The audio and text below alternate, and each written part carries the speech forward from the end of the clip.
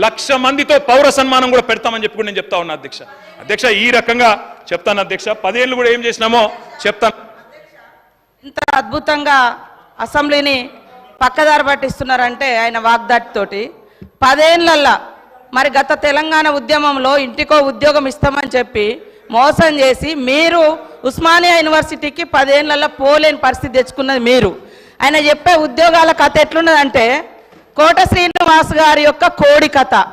నోటిఫికేషన్లు ఇస్తే ఇచ్చుడు, ఈసారి మళ్ళీ ఓట్లు వేస్తే మళ్ళీ తర్వాత ఉద్యోగాలు ఇస్తాం, అట్లా అట్లా ఆశ పెట్టుకుంటా మీరు మోసం చేసుకుంటూ వచ్చిర్రు.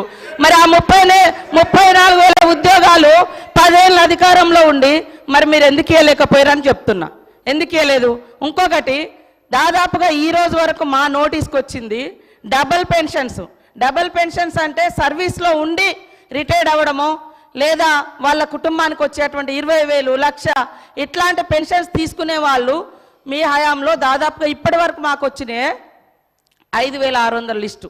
లక్ష్మమ్మ గారు కూడా 24,000 పెన్షన్ తీసుకుంటుంది సార్. సరే లోకల్ అధికారులు రికవరీ చేసినట్టుంది, అది మా నోటీస్కి రాలేదు. ఆమె 24,000 పెన్షన్ తీసుకుంటుంది, ఇటు 2,000 పెన్షన్ కూడా తీసుకుంటుంది. ఇంకొకటి వారు చెప్పారు ఉద్యోగులకు 2 పెన్షన్లు ఇస్తామని చెప్పారని. ఎస్, మీ ప్రభుత్వంలో రాగానే ఆశా వర్కర్లు కావచ్చు, అంగన్వాడీలు కావచ్చు, బస్ డ్రైవర్ల తల్లిదండ్రులు కావచ్చు, వాళ్ళ పెన్షన్ కూడా తీసేసారు.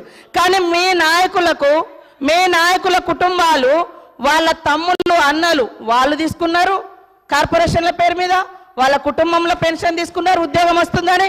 కానీ వేరే చిరు ఉద్యోగుల యొక్క తల్లిదండ్రుల పెన్షన్ మాత్రం మీరు తీసేసారు సార్.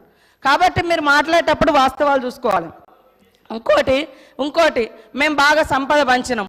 25,000 కోట్ల రూపాయలు హైవేలు, ఫామ్ హౌస్లకు, మరి అదేవిధంగా దున్నేటటువంటి వాళ్లకు, కష్టపడేటోళ్ళకేమో పట్టాలేదని మీరు ఇవ్వలేదు. మీరు ధరని తీసుకొచ్చి పాపం పేదోళ్ళు అనేక మందికి పట్టాలు ఇవ్వకుండా, ఎవరెవరికో పట్టాలు ఇచ్చేసి సాగులో ఉన్న వాళ్ళకి పట్టాలు ఇవ్వకుండా, రైతు బంధు రాకుండా అన్యాయం చేశారు. కాబట్టే గ్రామీణ ప్రాంత ప్రజలు మాకు పట్టం కట్టింది సార్. అదేవిధంగా పేదలకు ఇండ్ల విషయం, మీరు ఇన్ని బిల్డింగ్ల గురించి చెప్తున్నారు. లక్షలాది మంది పేదోళ్ళకి ఇండ్లు లేక ఇబ్బంది పడుతుంటే మీరు ఏ పేదోళ్ళకి ఇండ్లు ఇచ్చిర్రు సార్? 10 ఏళ్ళల్లా ఎవరికి ఇండ్లు ఇచ్చిర్రు? కాబట్టి మీరు ఇండ్లు ఇవ్వలేదు. బంగ్లాలు చెప్తున్నారు, ఓకే, బంగ్లాల గురించి చెప్తున్నారు, ఓకే, పేదల బాధల గురించి కూడా మాట్లాడండి. కాబట్టి ఇవాళ అనేక అవుట్సోర్సింగ్ ఉద్యోగులకు సంవత్సరాల తరబడి, నెలల తరబడి జీతాలు ఇవ్వకుండా ఇబ్బంది పెట్టింది మీరు. మేము నిజంగానే అనుకున్నాం సార్, మీరు రోజు ధనిక రాష్ట్రం బంగారు తెలంగాణ అంటే బయట నుంచి మేము కూడా అదే అనుకున్నాం, బంగారు తెలంగాణే ధనిక రాష్ట్రం అని. ఇవాళ మీరు ధనిక రాష్ట్రం ఇచ్చిపోతే మేమే మొత్తం అప్పులు చేసి ఇచ్చిన వాగ్దానాలు అమలు చేయనట్టుగా, మరి మీరెందుకు అమలు చేయలేదు? మేము 6 గ్యారంటీలు ఇస్తే మేము 500 గ్యాస్ సిలిండర్ అంటే మీరు 400కే ఇస్తామన్నారు.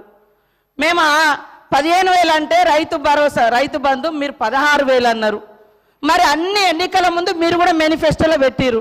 10 ఏళ్ళు అధికారంలో ఉండి చేయలేదు, కానీ ఎలక్షన్ మేనిఫెస్టోలో మాత్రం పెట్టుకున్నారు.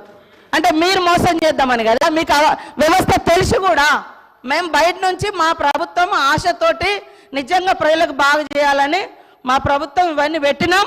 మాకు టైం ఉంది, ఇంకా మాకు టైం ఉంది చేసుకోవడానికి. మీరు 10 ఏళ్ళలో చేయలే కదా. మీరు అన్ని పేపర్ లీకేజీలు ఇచ్చారు, ఇండ్ల పేదలకు ఇండ్లు ఇవ్వలేదు. మీరు పెన్షన్ కూడా 57 సంవత్సరాలకే ఇస్తానని మీరు గతంలో 2014 నుంచి 18 వరకు అధికారంలో ఉన్నారు. 18లో మేనిఫెస్టోలో పెట్టారు. ఎప్పుడు ఇచ్చారు? 3.5 ఏళ్ళ తర్వాత పెట్టారు. అదేవిధంగా 2000 పెన్షన్ కూడా ఎప్పుడు పెంచారు? మీరు అధికారంలోకి వచ్చినాక 6 నెలల తర్వాత పెంచారు. కాబట్టి ఇవన్నీ కూడా ఉన్నాయి. మేము అనుకున్నాం నిజంగా అద్భుతంగా ధనిక రాష్ట్రం ఉంది, రైతులకు ప్రజలకు అన్ని ఇద్దామని. కానీ 6 నెలలు సాధ్యం కాలేదు. కొన్ని మీరు రైతు రుణమాఫీ అని చెప్పి 8-10 ఏళ్ళు చేసిరు, అనేక విడతలుగా చేసిరు. మేము ఒక్కొక్కటి చేస్తున్నాం, ప్రజలు సంతృప్తిగా ఉన్నారు. కానీ బాధంతా మీకే కనబడుతుంది, 3 నెలల ఎలక్షన్ కోరికే పోయింది సార్, అది కూడా తెలుసు. కానీ పదే ఇవ్వలేదు. ఇవ్వకుండా మాకు ప్రజలు బుద్ధి చెప్పేటప్పుడు చెప్తారు. ఖచ్చితంగా ఇచ్చిన మాటకు మేము కట్టుబడి ఉంటాం.